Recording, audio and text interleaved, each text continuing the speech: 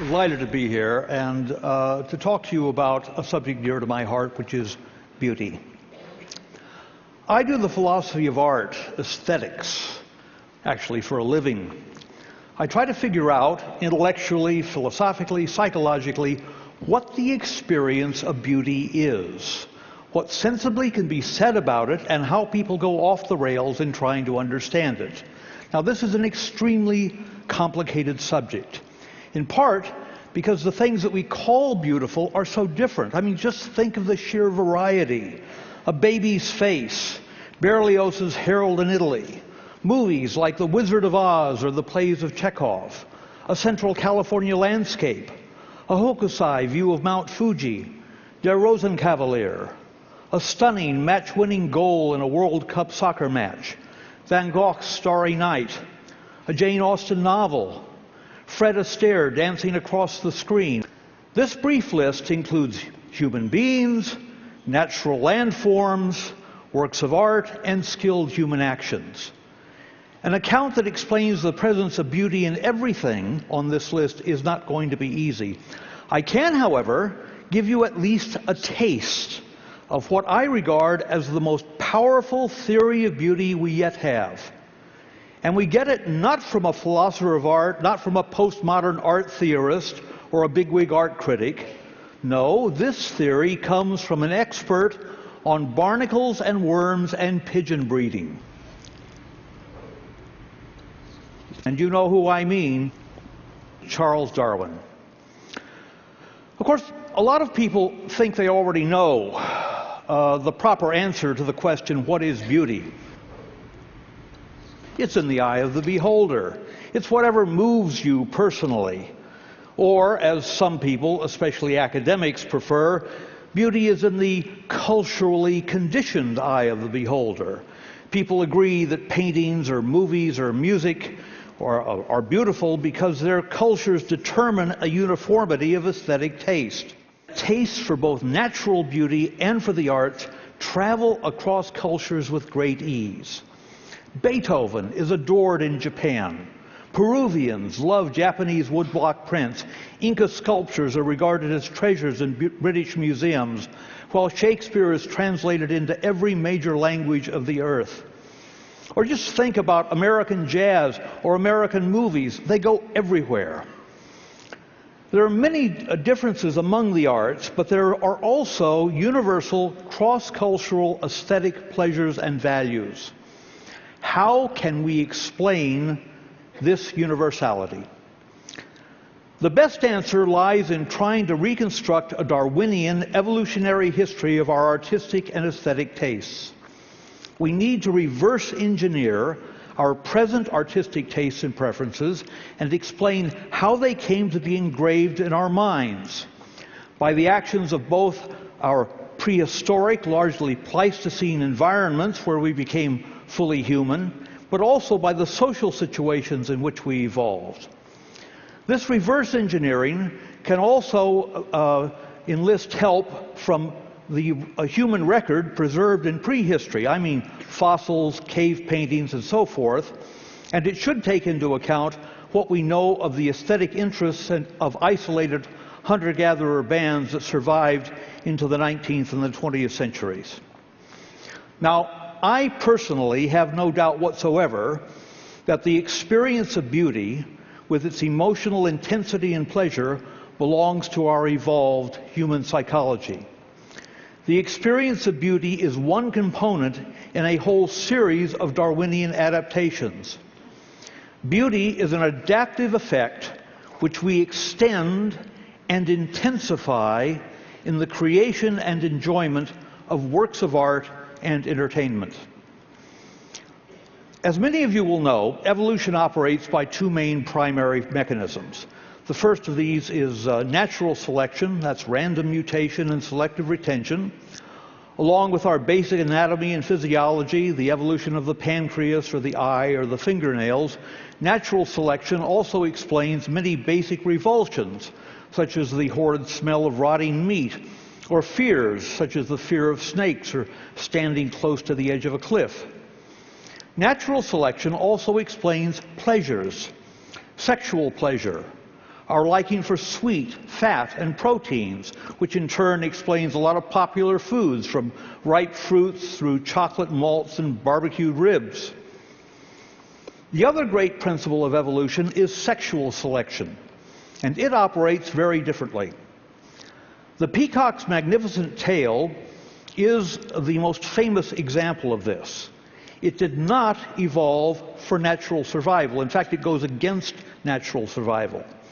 No, the peacock's tail results from the mating choices made by peahens. It's quite a familiar story. It's women who actually push history forward.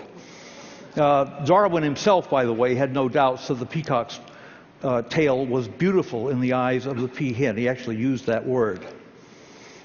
Now, keeping these ideas firmly in mind, we can say that the experience of beauty is one of the ways that evolution has of arousing and sustaining interest or fascination, even obsession, in order to encourage us toward making the most adaptive decisions for survival and reproduction. Beauty is nature's way of acting at a distance, so to speak. I mean, you can't expect to eat an adaptively beneficial landscape, and would hardly do to eat your baby or your lover. So evolution's trick is to make them beautiful, to have them exert a kind of magnetism, to give you the pleasure of simply looking at them. Consider briefly an important source of aesthetic pleasure, the magnetic pull of beautiful landscapes. People in very different cultures all over the world tend to like a particular kind of landscape.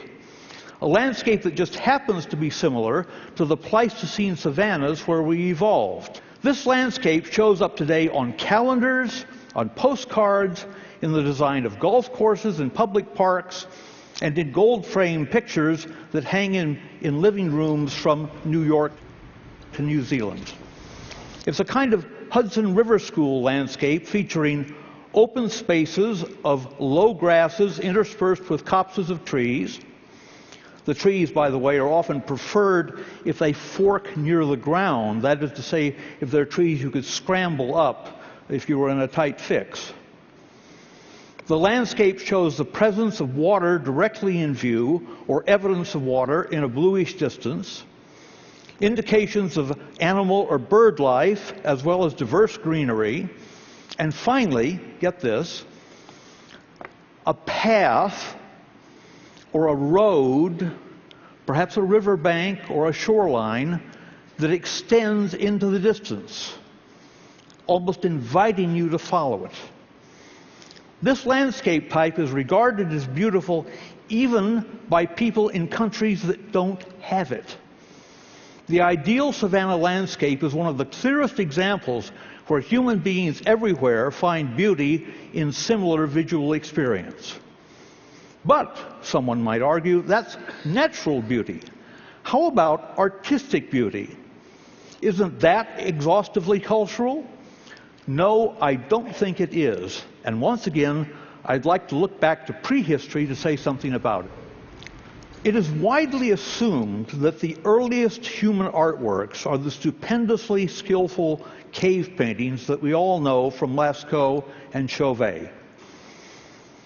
Chauvet caves are about 32,000 years old, along with a few small realistic sculptures of women and animals from the same period.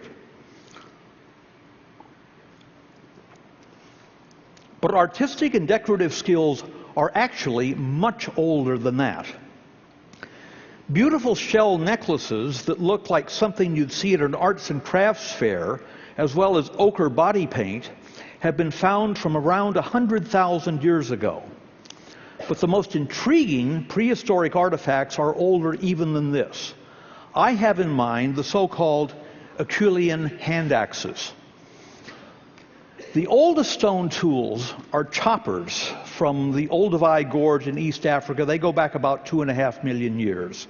These crude tools were around for thousands of centuries until around 1.4 million years ago, when Homo erectus started shaping single thin stone blades, sometimes rounded ovals, but often in what to our eyes, an arresting, symmetrical, pointed leaf or teardrop form. These Acheulean hand axes, they're named after Saint-Achille in France, where finds were made in the 19th century, have been unearthed in their thousands, scattered across Asia, Europe, and Africa, almost everywhere Homo erectus and Homo ergaster roamed. Now, the sheer numbers of these hand axes shows that they can't have been made for butchering animals. And the plot really thickens when you realize that, unlike other Pleistocene tools, the hand axes often exhibit no evidence of wear on their delicate blade edges. And some, in any event, are too big to use for butchery. Their symmetry, their attractive materials, and above all, their meticulous workmanship are simply quite beautiful to our eyes, even today. So, what were these ancient, they're ancient, they're foreign, but they're at the same time somehow familiar. What were these artifacts for? The best available answer is that they were literally the earliest known works of art. Practical tools transformed into captivating aesthetic objects, contemplated both for their elegant shape and their virtuoso craftsmanship. Hand axes mark an evolutionary advance in human history, tools fashioned to function as what Darwinians call fitness signals. That is to say, displays that are performances like the peacock's tail, except that unlike hair and feathers, the hand axes are consciously, cleverly crafted. Competently made hand axes indicated desirable personal qualities: intelligence, fine motor control, planning ability, conscientiousness, and sometimes access to rare materials. Over tens of thousands of generations, such skills increased the status of those who displayed them and gained a reproductive advantage over the less capable. You know, it's an old line, but it has been shown to work. Why don't you come up to my cave so I can show you my hand axes? Except, of course, what's interesting about this is that we can't be sure how that idea was conveyed, because the Homo erectus that made these objects did not have language. It's hard to grasp, but it's an incredible fact. This object was made by a hominid ancestor, Homo erectus or Homo ergaster, between 50 and 100,000 years before language. Stretching over 1 million years, the hand axe tradition is the longest artistic tradition in human and proto-human history. By the end of the hand axe epoch, Homo sapiens, as they were then called finally, were doubtless finding new ways to amuse and amaze each other by, who knows, telling jokes, storytelling, dancing, or hairstyling. Yes, hairstyling, I insist on that. For us moderns, virtuoso technique is used to create imaginary worlds in fiction and in movies, to express intense emotions with music, painting, and dance. But still, one fundamental trait of the ancestral personality persists in our aesthetic cravings: the beauty we find in skilled performances. From Lascaux to the Louvre to Carnegie Hall, human beings have a permanent, innate taste for virtuoso displays in the arts. We find beauty in something done well.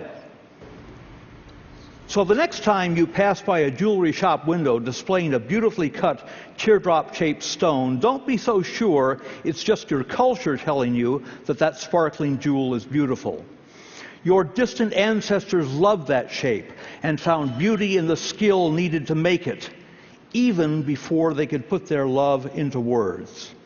Is beauty in the eye of the beholder? No, it's deep in our minds. It's a gift handed down from the intelligent skills and rich emotional lives of our most ancient ancestors.